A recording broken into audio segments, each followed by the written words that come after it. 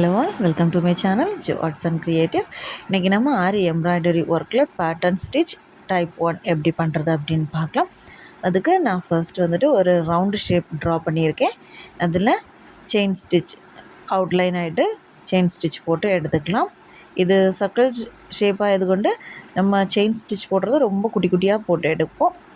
அப்போ தான் ஷேப் வந்துட்டு கிளியர் ஆகிட்டு கிடைக்கும். அப்புறம் முடிக்கிற டைமில் எண்ட் நாட் போட்டு முடித்து எடுத்துக்கணும். நம்ம எண்ட் நாட் போடுற டைமில் நாட் கிளியராக விழுந்துச்சான்றதை ஒரு வாட்டி கூட கன்ஃபார்ம் பண்ணிக்கணும். இல்லைன்னா திரும்ப ஒர்க் முடிக்கிற டைமில் கட் ஆகிட்டுன்னா அது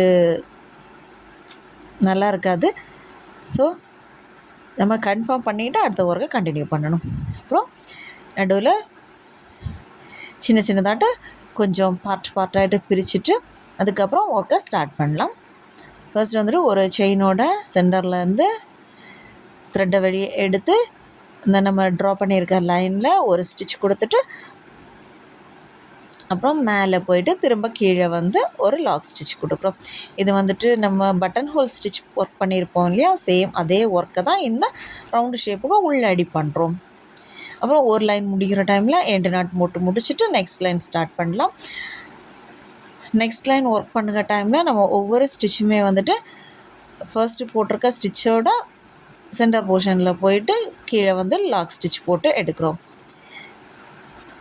வீடியோ கிளியராக பார்த்தீங்கன்னா உங்களுக்கு புரியும். இதோட ஃபுல் கிளியர் எக்ஸ்ப்ளனேஷன் வீடியோ உங்களுக்கு வேணும்னா நம்ம சேனலில் இருக்கும், நீங்கள் அதில் செக் பண்ணி பாருங்கள்.